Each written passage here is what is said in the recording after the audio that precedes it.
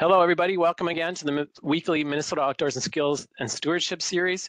My name is Jeff Letterman. I'm with the Minnesota Department of Natural Resources. I'm really excited today that our talk is about stories in the snow or tracks. You can see I've got a photo there that actually I took on our property.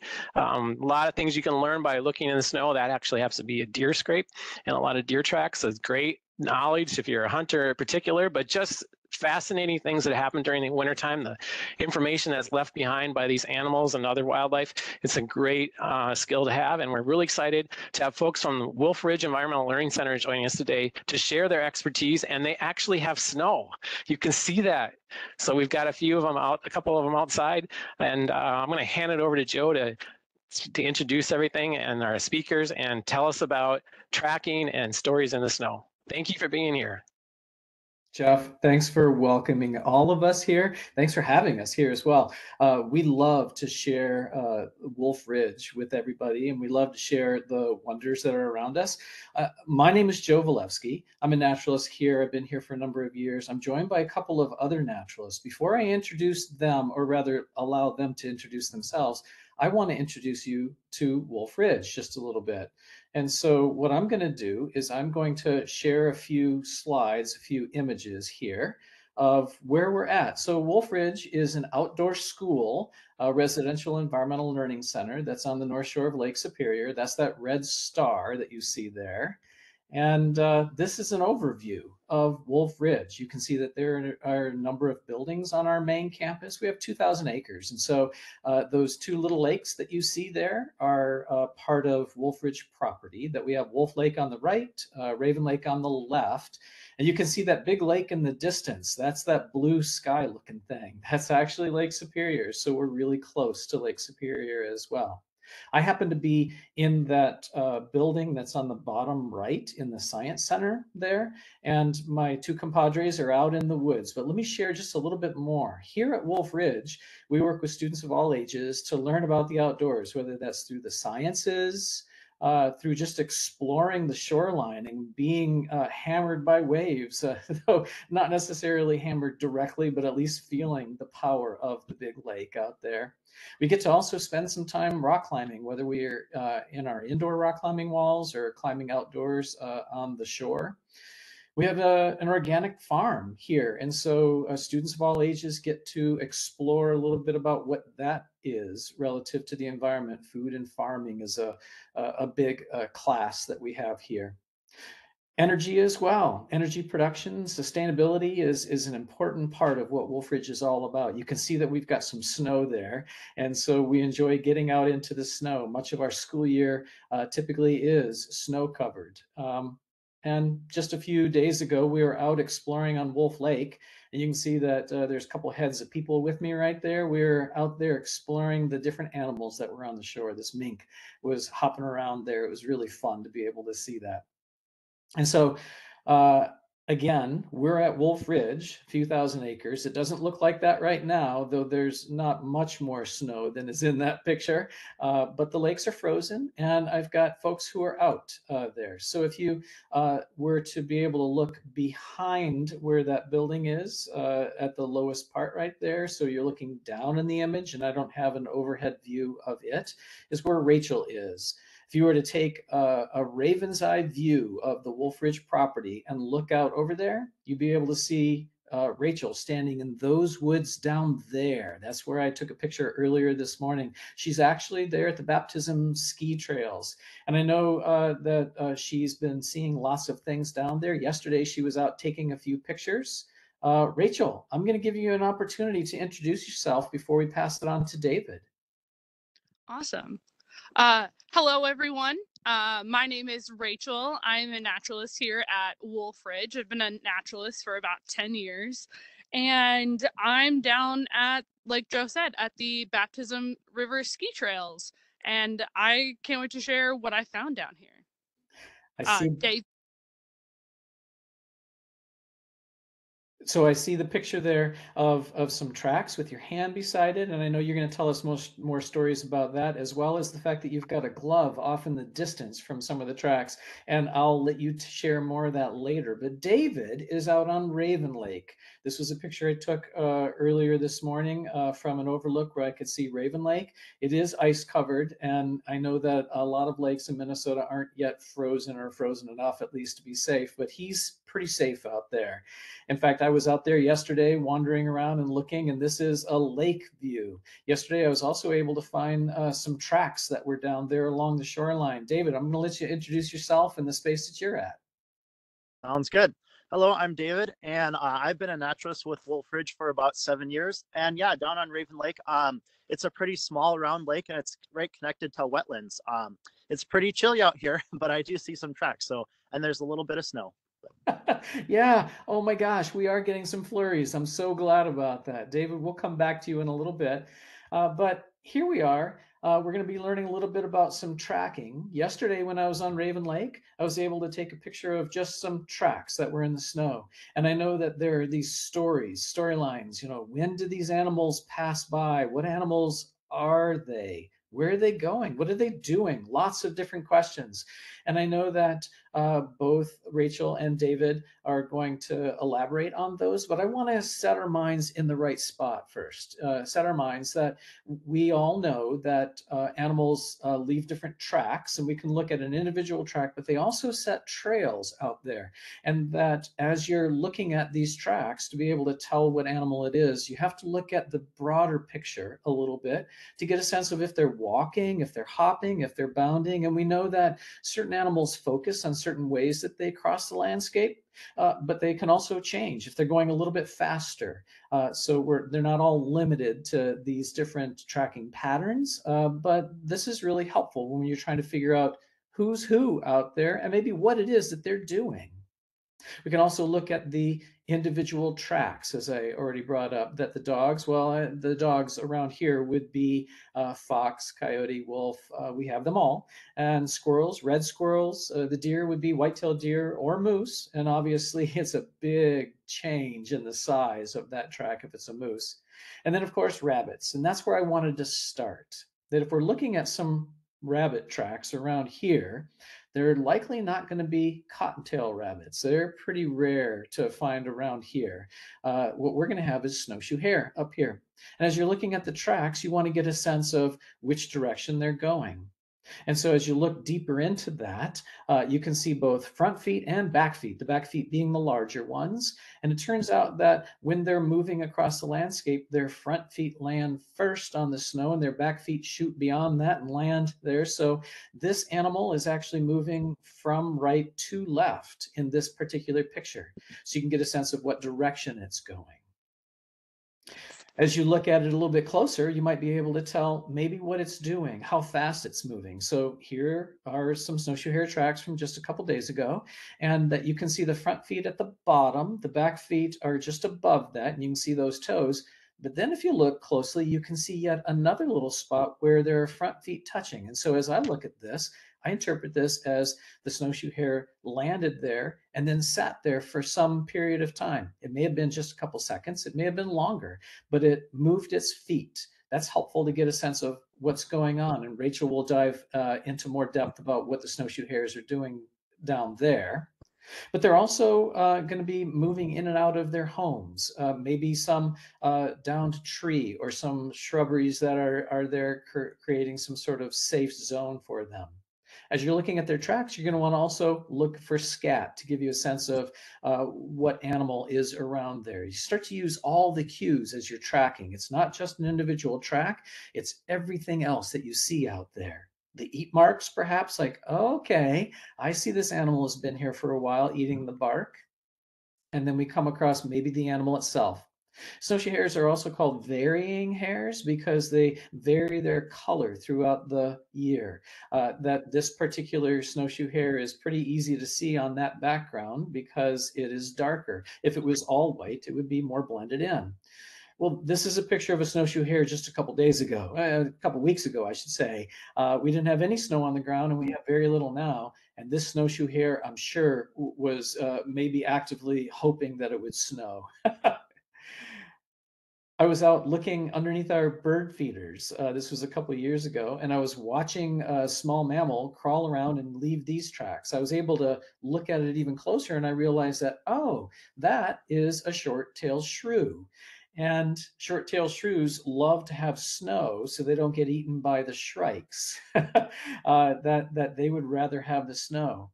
Just a couple days ago, I was getting pictures of short-tailed shrews running on the ground, and this is how much snow we had a couple days ago.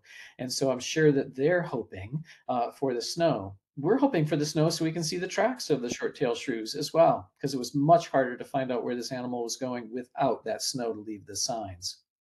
Walking across deep snow, you might come across something like this and wonder, what in the world has left this series of tracks? What's going on here? Well, I happen to have seen rough grouse pop out of the snow and leave just such an impression behind, and then off they go. As they walk along the snow, you can see their foot tracks. And so knowing a little bit about their anatomy, the types of animals that are around, helps you to interpret these tracks as well. I would not guess that this would be a spruce grouse because spruce grouse are rare in this area. So it's a good idea as you're tracking to get a sense of what animals would be most likely to be around here so you can get a sense of who might be around, right? Knowing the anatomy of the animal helps you to identify tracks as well. If we have a mouse that's hopping across the snow, well, I would kind of expect to see a tail drag, and that's exactly what we get there, right? Just a couple more pictures before we take off here to visit the woods with Rachel. But if you see tracks like this, just wandering along, well, this is a walker. Okay, this is something walking along there. You might want to get up closer and look at the size of the track that's left in there to give you a sense of who it might be. Well, this is a smaller dog-like animal. And clearly, this is a bigger dog-like animal. And so it's about using all the tools, all of your awareness of what's around to get the best sense of who is literally leaving these signs and maybe what it is that they're doing. Hey, Rachel, I want to pass it on to you now. You're down there exploring a little part of the Baptism River in the forest. I'm going to hand it all over to you so you can share some of the story. All right. So, like Joe was saying, I'm down at the Baptism River ski trails here at Wolf Ridge. And oftentimes when we're down here, we're skiing. We obviously can't do that right now. But I found that the best way to really be tracking, oftentimes when we're with kids or when you're in the woods by yourself, you're going with a purpose, right? You're walking and you have a place to be. But if you want to track animals, if you want to see the stories that are around you, the first thing you need to do is slow down. So I was just walking with some pretty significant purpose, and I absolutely missed some really cool things. So I'm going to backtrack here. And as I backtrack, I'm going to utilize that concept of slowing down. When you slow down, you're able to make observations of the world around you. And that allows you to be able to ask questions and see those stories that are around you. So I'm going to turn my camera around here. Now, this is the path that I'm at. You can see some of my tracks already, which tell their own story. But you can also see some of those snowshoe hare tracks. You can see the back foot right here, along with their front feet. Now, this is pretty spread out from what Joe was showing you earlier. This is actually one of the pictures that Joe showed you with the glove earlier. But I'm able to, because I slowed down and took a moment, I'm able to see, okay, this is paced out a little bit more.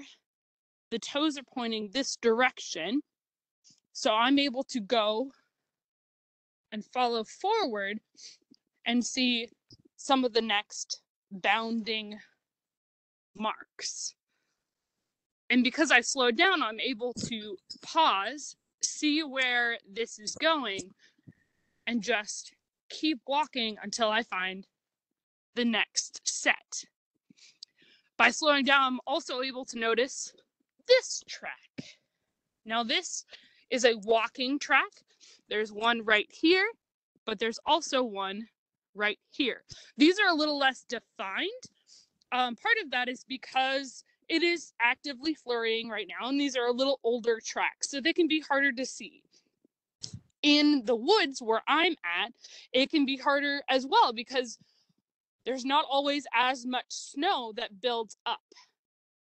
One thing that I know is that snow will build up more in big trail walking spaces like this or ski trails, so that makes it easier to track things. A lot of animals, they take the easiest path, the path of least resistance, I should say, because it expends less energy. If they're able to expend less energy, they're able to maybe not eat as much, all of those things. But these tracks are telling me something of a story. So we see here this hare, and then I would say this is something of a dog. And it seems to be walking along the same path as the hare. We have one here, we have one here. And you can just keep following those tracks. And as you're following, you can start to ask questions. What's happening? Is the dog following the hare? Is the hare, did they come at separate times? Why is the one thing that I've noticed, especially in a forest setting, hares and other prey animals tend to cross, sorry, I thought I heard a squirrel, tend to cross these open spaces rather than walk along, or hop along in this case, along the path themselves. Partially so there's more cover, so they prevent themselves from being eaten, which is pretty important, right? They're prey animals, they don't want to be eaten. But predators will walk along these paths a lot more because they don't have to worry about that as much. They feel a little more secure to walk in a more open space. Another thing that you can notice as you're walking along and trying to track is other pieces that show animals are around. One thing that I noticed just a little earlier, and I'm going to go off the trail here, is this hole. Pardon me as this is much shorter than I am. It's this hole in this spruce.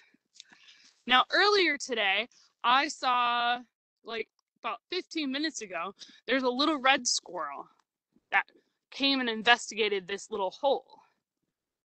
So that tells me that it could be a potential home. It's a nice spot to be able to shelter from wind and cold. It's also a good spot to store food in. And you can see some of the chew marks on the inside here, as well as all of the sawdust from this tree being eaten. Sometimes when you're tracking the animals, they will follow some of the trails, but they won't always. Don't be afraid when you are walking along to go into the woods. Follow along, most animals walk with a purpose. It helps them expend less energy. But that doesn't mean that they always walk in a straight line. So if you go into the woods, have a good time exploring and watch out for branches. Got my hat. But it's definitely different than tracking something down at, say, a lake, which is more widespread. So I'm going to send it over to David to see what he's found.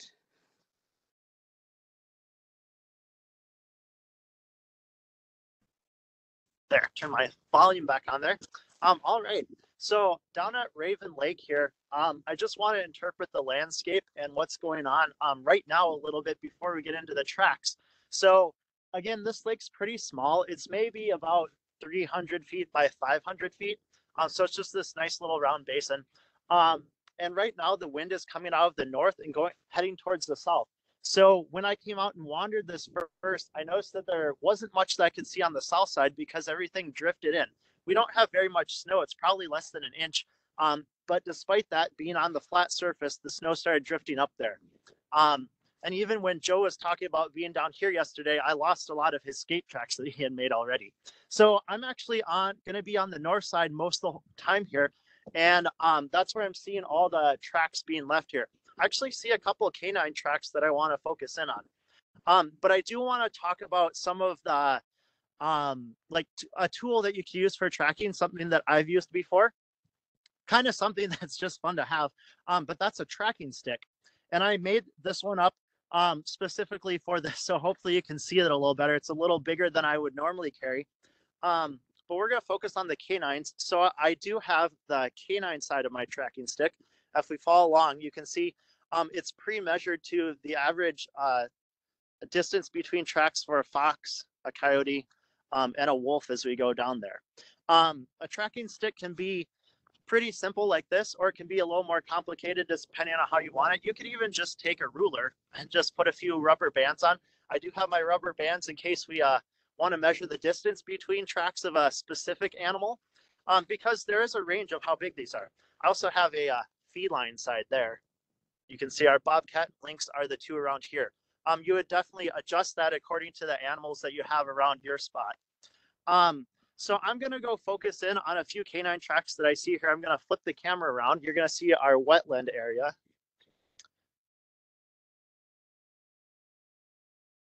Let's go like that. There we go. And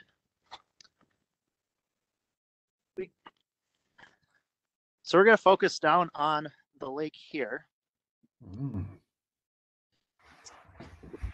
Excuse me. And these were some tracks that I saw today. They originated from the wetlands and they just kind of went out on the lake. They wandered a little bit and then they kind of followed straight along the side. So the first thing we want to do is see if we can figure out what kind of animal is here and what it was doing. So some things that I noticed is the track you can see here, it's a pretty oval track. It's kind of longer going the way it's going than the width of it, which makes me think canine right away.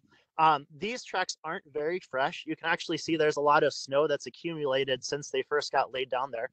But a few other things that make me think it's a canine is one thing that I've always been told is you can see an X in the track, which I really like. So you can see coming across that way and across this way, there's kind of that visible X.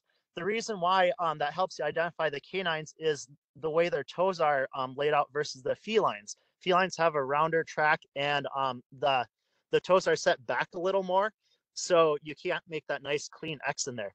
Also, there's this bundle of extra stuff here in the front, which is kind of just another depression of the track, but that's where I think the claws were. So that's another indication of the canine versus the felines, which have those retractable claws. I'm going to pull out my tracking stick here, see if we can figure out what kind we think it is. So these aren't very big. I want to go from the back of one track to the back of another of the same foot. So if you see here, this is where I started the measurement from, and it's well within that fox range. And since that's the smallest of the canines, there's nothing before it. It's really just that coyote after. So we have a fox track here, it looks like, is what we're making. And from the claw marks, we can tell it's headed this way through the snow. So see if I can turn my camera back around here. So that was one of the tracks that I saw out here. Again, the track not very fresh. We saw some of that snow accumulation there. Other things you could look for is depending on the weather, you could see if some of the edge of the track had melted in. You could also look if there was refreezing, if it was made like yesterday, and then it melted a bit and refroze. Yesterday and today, it's kind of around freezing. It's been cloudy, so there's not a lot of freeze thaw going on with the tracks, but from the snow accumulation and blowing of it, we can tell it's pretty old. I didn't find many fresh tracks out here, but I do want to show you some fresh tracks that I made just earlier today, so you can get an idea of what that might look like. So here are some of my footprints. So if we were looking at a track to see how fresh it was, you usually want to look on the edges and around the track. So you can see the edges are pretty well defined. There's actually definition of the track of different parts that's got squished down more and squished down less. And one big thing is this right here. There's a little debris that I left as I was walking through. That stuff usually melts pretty fast or blows away quite quickly. So those are a couple ways you could tell a fresh track from the older tracks that we were just looking at. Now I actually want to show you another animal that I found out here as well. So I'm going to bring us a little further down the lake. Gotta grab my stick to do this.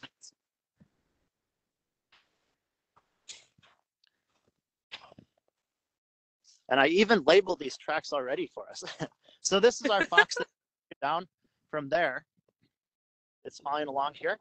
The exact same trail that we were just following, and it heads off down the lake more. And then I found this other one, which is a little bigger, and I'm thinking it's a coyote track. So some things I noticed was where they crossed. You can see the fox track is just a little smaller, and this one's bigger than it.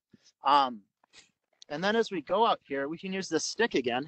And if we go from the back of one track to the back of the other, you can see so back to back, we're well within that coyote measurement of the tracks.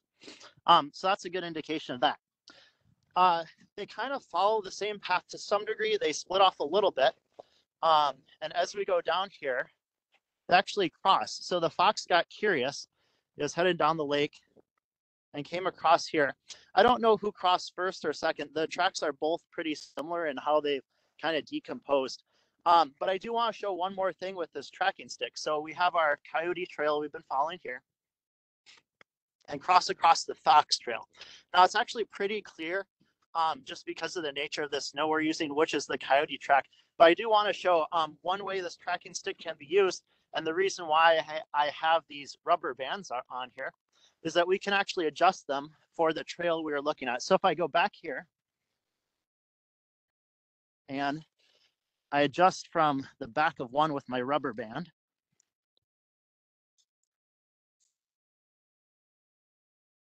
to the back of the other, that's looking pretty good to me.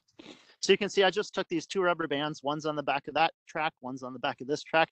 Then I'm just going to continue down to find where the next track is at in my trail. And you can see back of this one, back of that one. So we have our coyote track here versus the fox tracks that it could get kind of jumbled with. So those are just a few uses of that tracking stick.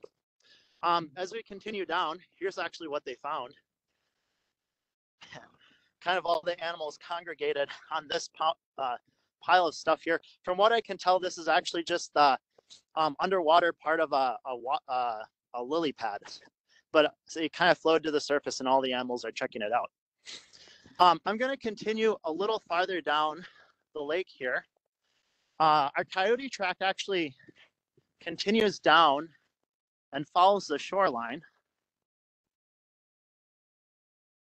And I found one other really interesting thing, and that's that there were another couple of trails that converge, but they're very similar. So here's the coyote track we were following just now.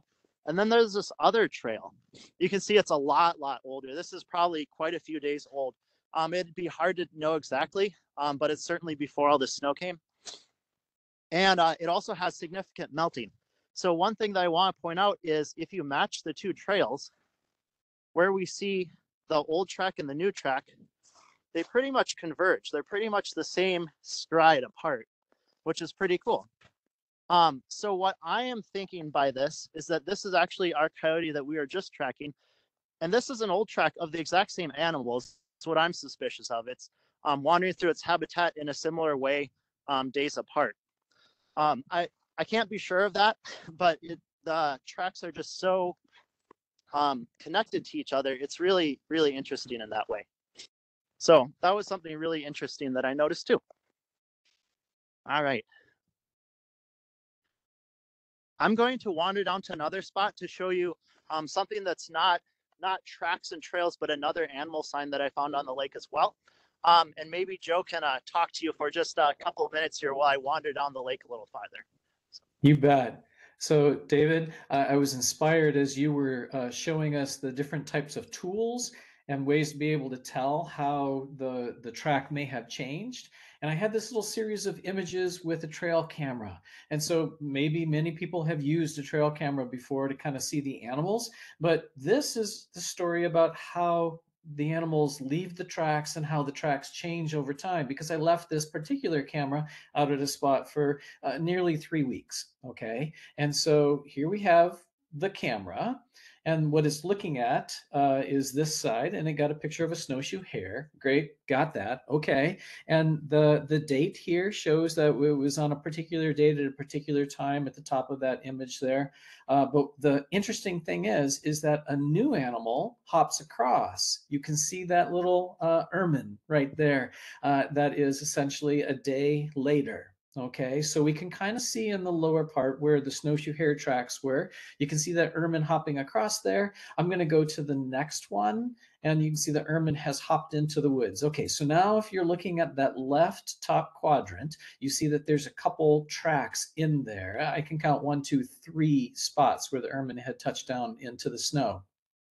Well, it turns out that other animals came by, and when that other animal came by, the snowshoe hare again, it was essentially 17 days later. And so I'm going to go back to those tracks. Okay, see those tracks. Now watch what happens to the snow in the tracks after 17 days.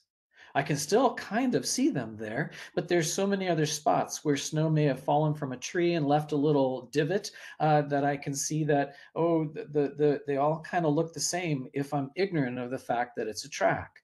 And so I really love what David was bringing up, was that with that tracking stick, you can see the pattern. So go back again. That's what the ermine left. 1, 2, 3. Go back and we look at it. I can still see the pattern in there. And now I can start to see, oh, there is that pattern. It's not the snowshoe hare, or it's not also snow falling off of a tree, but it's actually that ermine. And so to be able to really look at what we're seeing there and be able to see those stories even several days later as the track may have degraded, I think that that is a fascinating skill to develop. David, tell us where you're at now. Great. I'm just on the other end of the lake here, and I found this beaver lodge here. This is actually something we saw the beavers actively working on this past year. It looks actually relatively abandoned now. It's hard to tell if there's any beavers here or not. But just the idea that there's a lot of other things to look for that help tell that story of what the animals are doing. You can see a few other trails as well. There's one of our animals that was coming and investigating, one of our canines. And I also noticed, I don't know if you can see this on the camera, but there's some tiny tracks right here of something more like a mouse or shoe or something using this area, and probably actually living. I wouldn't be surprised if it's living in part of this beaver lodge too with the beavers, since there's so many sticks piled up and it's just a little good wildlife area. So some other things you can look for as well.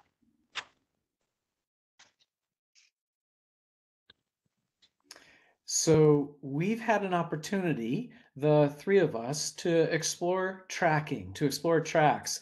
And what I wanted to do is just to kind of summarize a little bit of this and then turn it to Rachel and David if they had any other things they wanted to add. So here's my summary of what I think we learned today, is that in order to go tracking in the snow or really any kind of type of terrain, you want to get a sense of what types of animals are there before you even head out.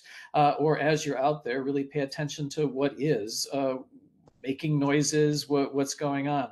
as you look at it, you also want to look at the track in the in the whole landscape of the story.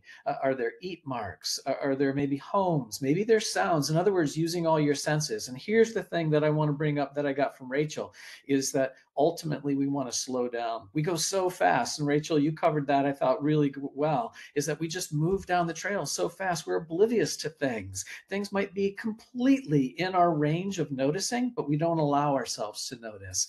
And that Rachel was really good at starting to tell us a little bit about the story of not only how we need to slow down, but also what are animals likely to do? Are they likely a particular animal to follow a path that maybe we want to follow, or are they going to think about going perpendicular to that path to try to stay in that cover? I really appreciated that. And then looking at all those clues. And then David went a little bit more detail for us, a little bit more advanced with the tracking stick, gave us a little bit of a tool that we could use.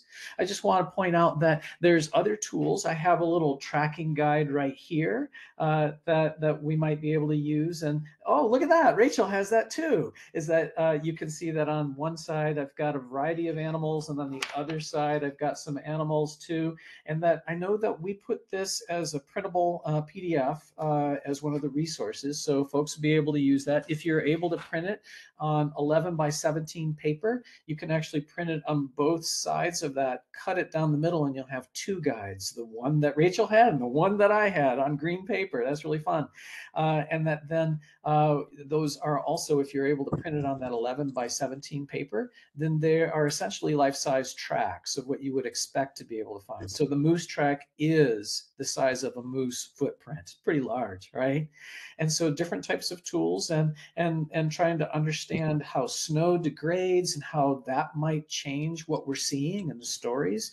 And then also maybe using even more advanced tools like a camera, which ultimately, Rachel, I think helps us slow down over the course of weeks, right? Because essentially we're standing in one spot for 2 weeks and getting pictures.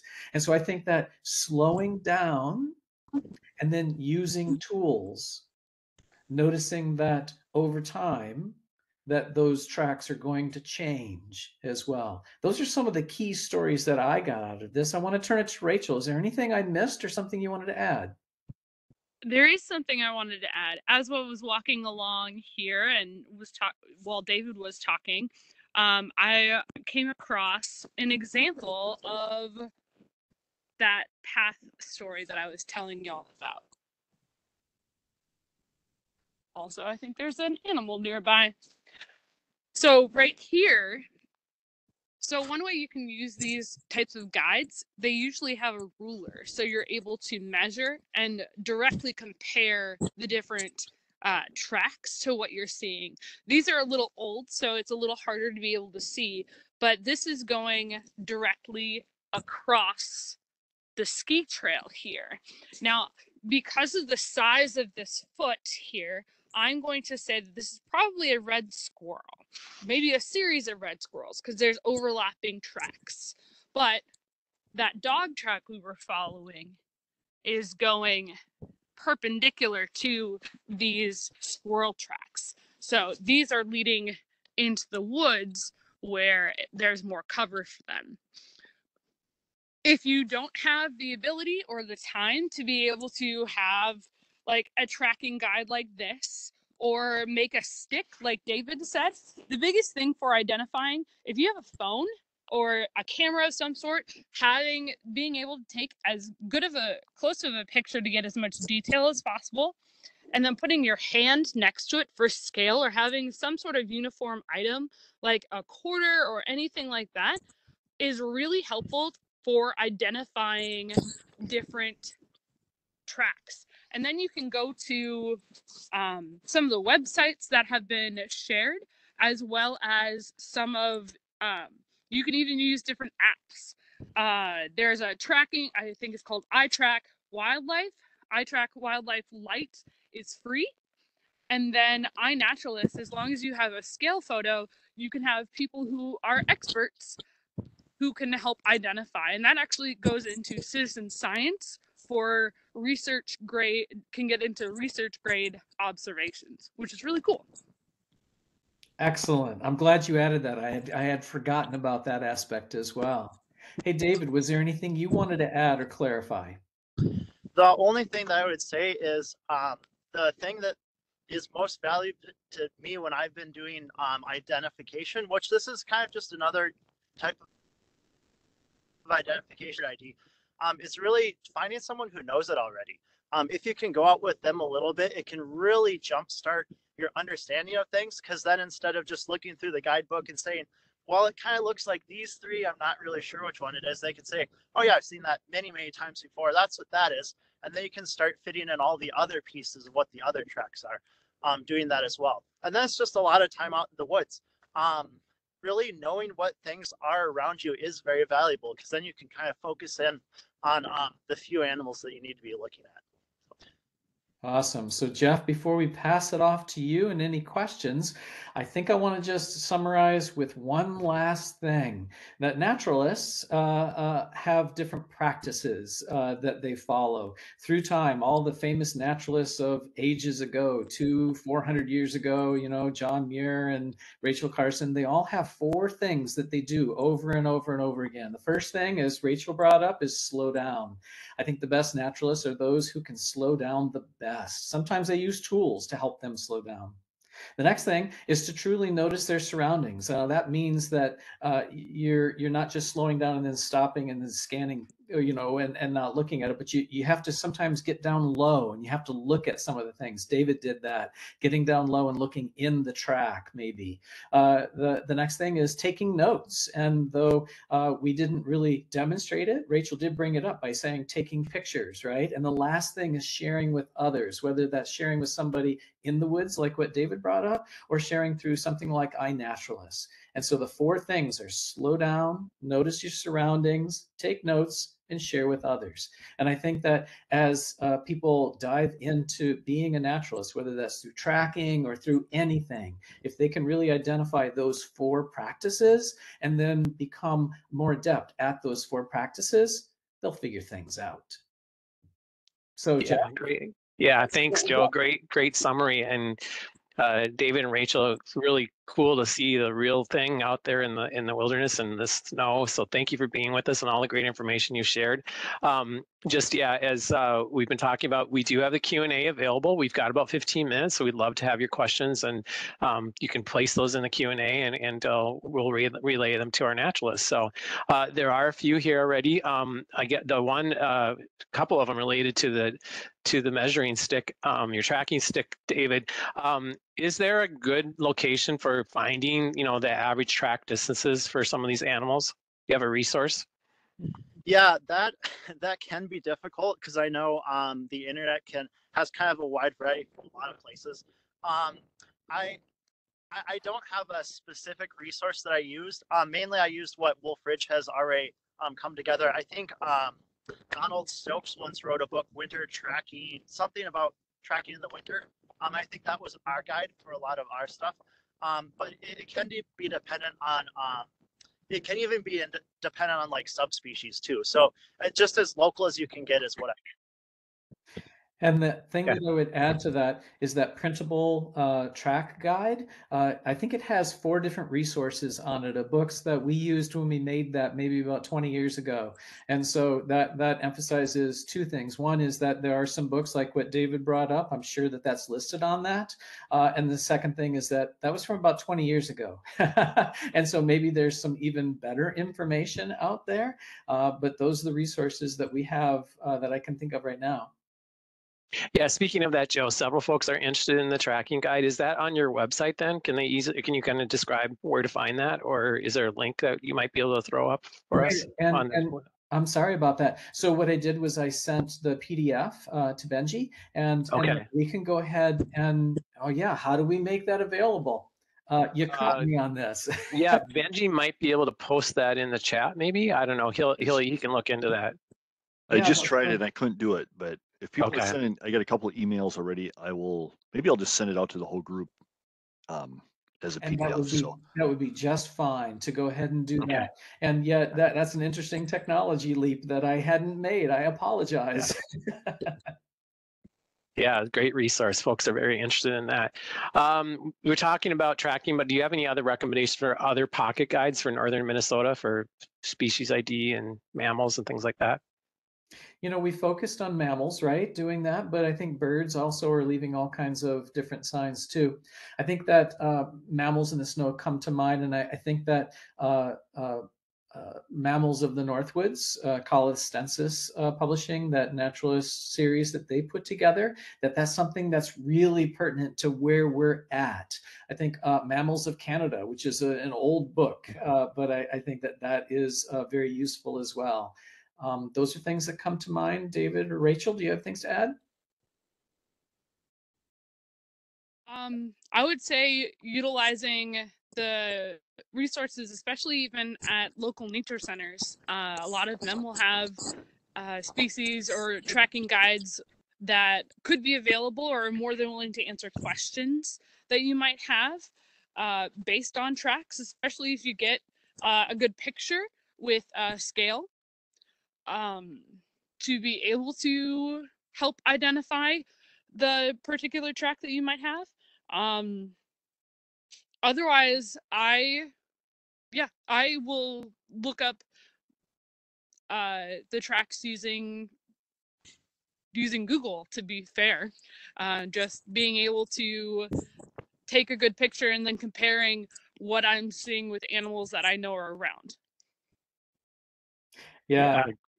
Good ideas. And I'll put in a pitch for our state parks. We have them all across state. Many of them have a concession or a nature store, which have a lot of these really good resources. And on the North Shore in particular, both Chattagooch and Gooseberry, I know, have very large areas where they're selling some of these resources. So that's a great resource if you're, especially in the wintertime, if you're up there for the winter doing a trip on the North Shore. We have a question. Oh, here, I missed one, I guess. Is there a pattern? Oh, yeah, well, we talked about that, the tracking stick. Mary is wondering, is it true that foxes walk in a line 1 foot behind the other? David, I'll pass that off to you. Do your best. Yeah, so what I know about the walking gaits of a lot of the canines is there's a lot of ways to describe it. So you can say they're walkers. I've heard the term diagonal walker because 1 foot's here, 1 foot's a little in front of one side. So that's how you can tell left from right. But another way to describe them, I've heard, is perfect walkers. And that really depends on the gait, whether they're just walking or they're running. But they will put their front foot down. And then as they're leaving, their back foot will come right in behind it. So when we're following a track of the canines, oftentimes you'll only see 2 footprints by the back feet of the animal. So you don't see all 4 paws typically. Now the ones I was showing, it was a little off. So you were seeing, actually, mostly you saw all 4 footprints and they're just a little off center from each other. Yeah, and I've also heard regarding foxes, I know some people say they weave a lot more in their trail. So if you're looking at a trail, they kind of weave, they're sniffing around looking for things a little more than other of the canines. I don't honestly know if that's true or not. I certainly see that when I'm out there, but I don't know if it's extra, if there's more of that than the others or not. So as far as fox, I want to bring this up too, is that especially at certain times of year, their urine has a really strong smell, and that you can tell it's a fox nearby when you smell that. And sometimes my nose isn't working at the right time because it's my nose is frozen, but the smell is still there. And so when it's warm enough and your nose is working, you can start to pull that in there. And then once you've identified that, oh yeah, that's that fox smell, looking at the tracks yourself and being able to see if they actually are walking that way, because the fox won't lie. I would say too, one thing to be cautious of, oftentimes on hiking or walking paths, there are people also walking their dog. So when you are doing some tracking, see if the space that you're in allows pets to be walked, as well as when you're keeping an eye on those tracks that you're following.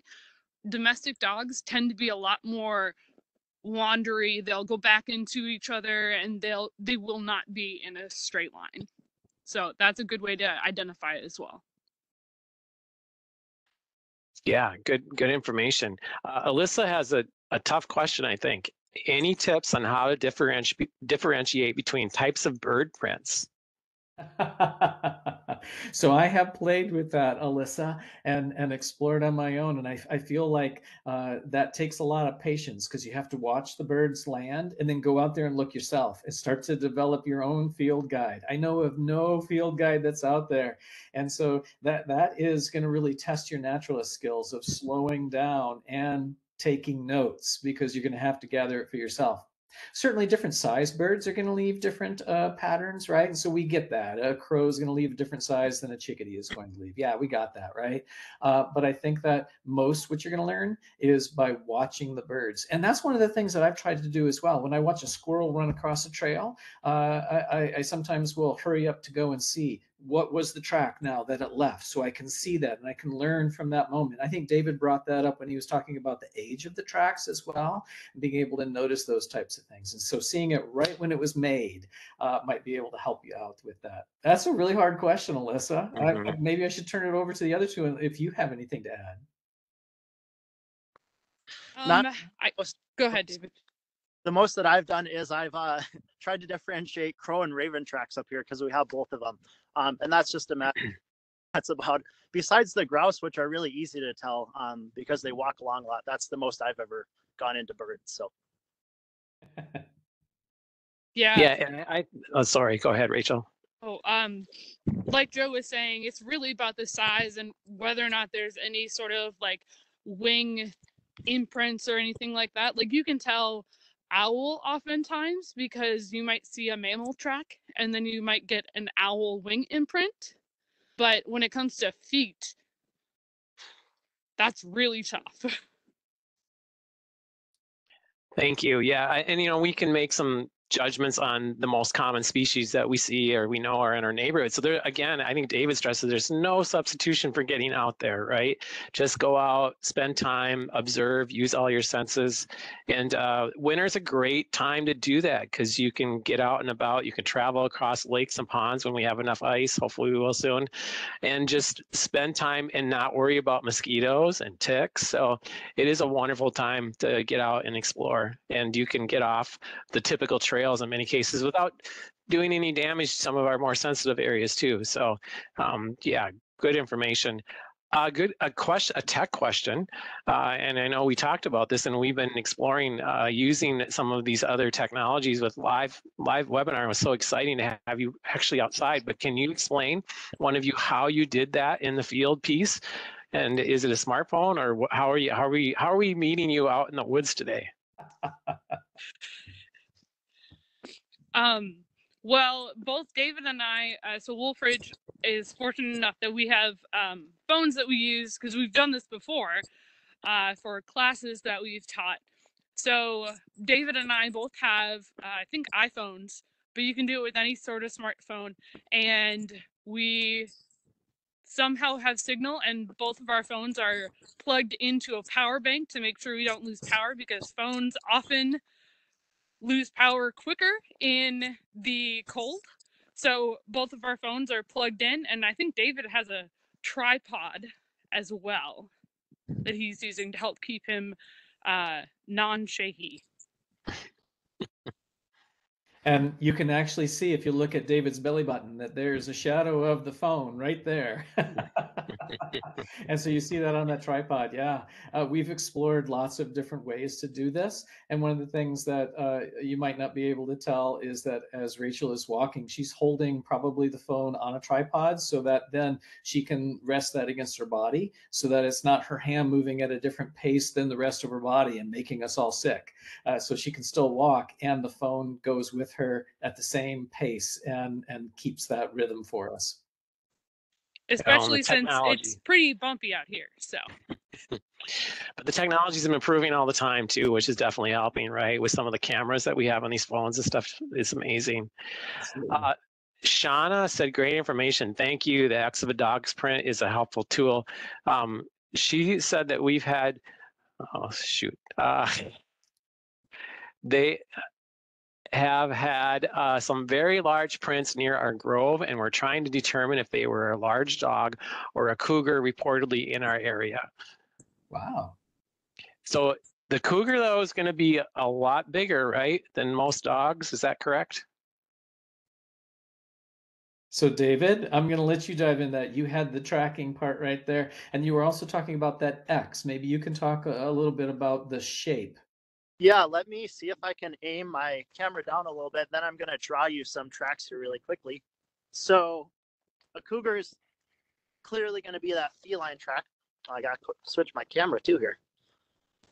And here's the best that I can describe them. When you're looking on canines versus felines, there's a couple things to look for. A canine has this heart-shaped main pad with the toe pads out there a little more, something like that. So then you can start to see that X that you get drawn in there. And it's that long oval shape too. So if you can see that I just drew, felines, what we tend to see around here is a three-pointed pad on the back. So it has these three lobes at the bottom, and then their toes are a little more spread out. So it gets more of a circle. So you can't draw that X in between all these toes. You kind of run into all the toes, but then this track is a lot more circular than oval. So if you see the two together there, so when I'm looking at canines versus felines, that's the main thing that I'm looking for. Then the canines, you'll also typically see those marks of the claws. Although felines, if they're trying to catch themselves on ice or something like that, you'll see those claws come out too. So that's not always a perfect thing to look for.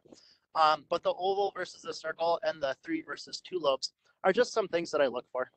Wow. Great tips. Get a picture of that. That's perfect illustration. Thanks, David. Yep.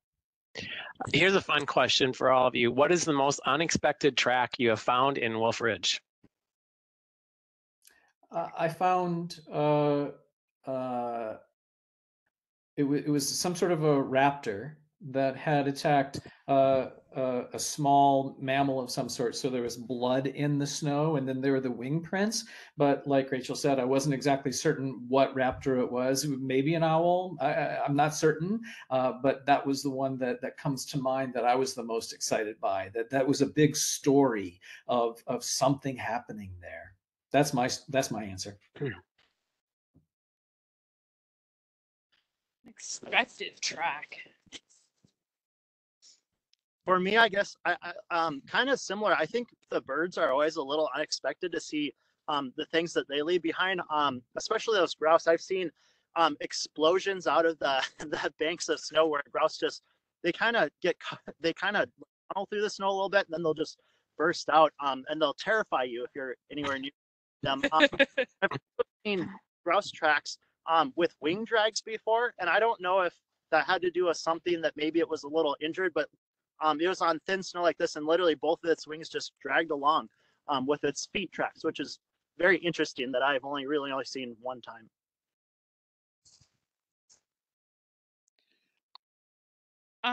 Great.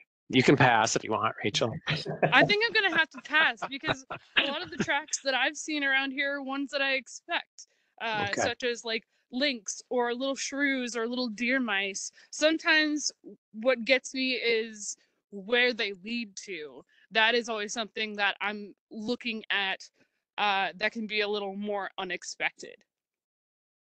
Yeah. Okay, good. We're almost out of time. I do want to mention Jenny asked about otter tracks, and the real definite thing about otter tracks is you see the slides, right? Because every so often they'll just go for a nice slide down a bank or whatever. So that's the really way to notice them. Thank you so much for your time today. It was really great to have you here. I do want to make sure people know that we do these weekly, and next week we're actually going to try to do some ice fishing. Hopefully we get some cold weather and we might have enough ice, but the conditions are bad, so we'll talk about that. There'll be a big part of our discussion will be about ice safety, but we'll also go over some of the tips and techniques for learning how to ice fish. So join us that next week, and then 2 weeks we're going to do a live piece also from the Minneapolis Boat Show, talking about what's new in boating, and you can hear kind of some of the things that are exciting going on at the boat show this year. So join us, and you can again register for those programs at mndnr.gov/discover. Thank you again, everybody, for joining us today. We had a great turnout, and thank you so much, Joe, Rachel, and David. It was wonderful to have you and exciting to see some actual snow. Have a great day and get outside, everybody. Yeah, thank you.